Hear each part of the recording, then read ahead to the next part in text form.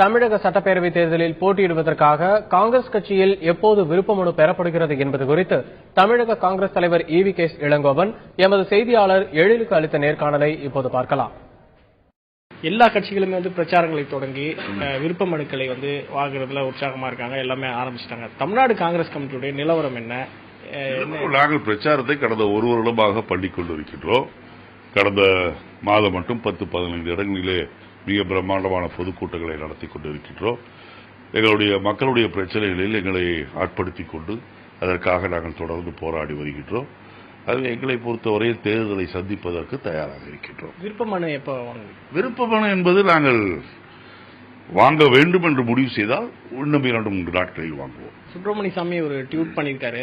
அதுல விஜய், தேமுதிக, பாஜக, திமுக 3 கட்சிகளும் கூட்டணி அமைப்பதற்கான வாய்ப்பு இருக்கிறது அப்படின்னு சொல்லியிருக்காரு. இந்த ட்வீட்டை நீங்க எப்படி? சுப்பிரமணிய சாமியை பொறுத்தவரையில் எனக்கு நான் ஒருவரை என்ன சொல்வது என்று தெரியும். அவரை பொறுத்தவரையில் அவர் சொல்வதை எல்லாம் நான் சீரியஸாகவே எடுத்துக்கொள்வதில்லை. இப்போ அந்த மாதிரி ஒரு கூட்டணி அமைந்தா நீங்க திமுக கூட இணைவீங்களா? நீங்கள் சொல்கின்ற யூகங்களுக்கெல்லாம் என்னால் இப்போது பதில் சொல்ல முடியாது.